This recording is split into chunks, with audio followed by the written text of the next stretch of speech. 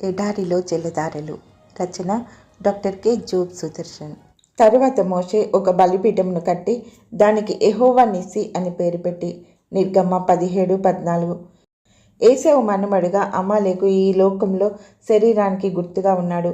ఏదో వంటకం కోసమని తన జన్మ హక్కును అమ్ముకున్న శరీరానుసారి ఏశావు. అమాలేకీలు శరీరాశకు ముంగుర్తు. విమోచింపబడిన ప్రతి విశ్వాసి తన జీవిత కాలమంతా తన శరీరంతో పోరాడి లోబర్చుకుంటూ ఉండాలి. ఇశ్రాయేలు వారు మేఘంలోనూ సముద్రంలోనూ బాప్టిజం పొందిన వెంటనే అమాలేకు వారితో యుద్ధం ఎదురైంది. ఇది తరతరాలుగా సాగే యుద్ధం.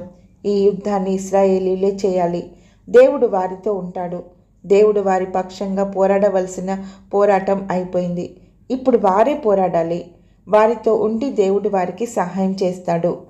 క్రీస్తు మరణ పునరుత్థానాల తర్వాత పరిశుద్ధాత్ముడు మనలో నివాసముంటూ శరీరంతో మనం జరిపే పోరులో సహాయం చేస్తాడు. ఆయన మనలో ఉండడం వలన జయం మనదే. యుద్ధానికి వెళ్ళక ముందే మనకు తెలుసు మనదే జయమని. గాలిని కొట్టినట్టు నేను పోట్లాడలేదు, కానీ నా శరీరమును నలగగొట్టి దానిని లోపరుచుకొనుచున్నాను. మనం యుద్ధం చేస్తున్న మన శత్రువుకు మనపై ఏ అధికారము, శక్తి లేదు.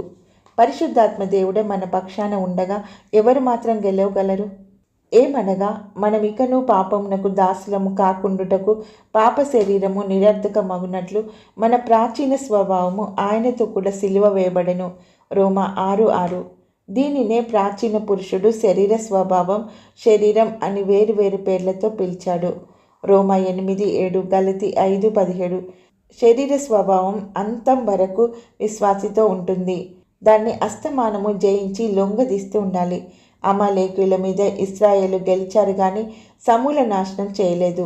ఇశ్రాయేలు వారు బబులోను చెరలోకి వెళ్ళిపోయేదాకా అమాలేకులతో పోరాడుతూ జయిస్తూనే వచ్చారు.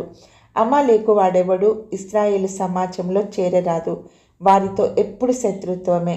యుద్ధం జరుగుతున్నంతసేపు మోషే తన చెయ్యి దేవుని వైపుకు ఎత్తి ఉంచాడు. ఇక్కడ 2 అంశాలు కనిపిస్తున్నాయి. యుద్ధ రంగంలో యెహోషువ నాయకత్వాన యుద్ధం చేస్తున్న ప్రజలు, కొండపై వారి కోసం విజ్ఞాపన చేస్తున్న మోషే. శరీరంతో ఈ లోకాన యుద్ధం చేస్తున్న మన కోసం ప్రభు పరలోకంలో విజ్ఞాపన చేస్తుండడం ఇక్కడ కనిపిస్తున్నది. పోరాటానికి పరిశుద్ధాత్మని తోడ్పాటు. మరోవైపు యేసు ప్రభు విజ్ఞాపన. ఈ 2 కూడా ఆనాడు రెఫీదీములో జరిగిన పోరాటంలో సూచనప్రాయంగా కనిపించాయి. ఇక్కడ కలిగిన విజయంలో దేవుని విజయ పతాక రెపరెపలాడింది. మోషే అక్కడ కట్టిన బలిపీఠానికి యెహోవా ధ్వజం అని పేరు పెట్టాడు. ఎందుకంటే ఆ విజయం ఇశ్రాయేలు వారు స్వశక్తితో సంపాదించింది కాదు. దేవుడే వారితో ఉండి పోరాడాడు. అమాలేకీయులు కూడా ఎదిరించింది ఇశ్రాయేళ్లను కాదు.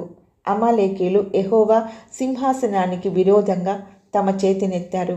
నిర్గమ 17:16. ఇప్పటికీ యుద్ధం యెహోవాదే.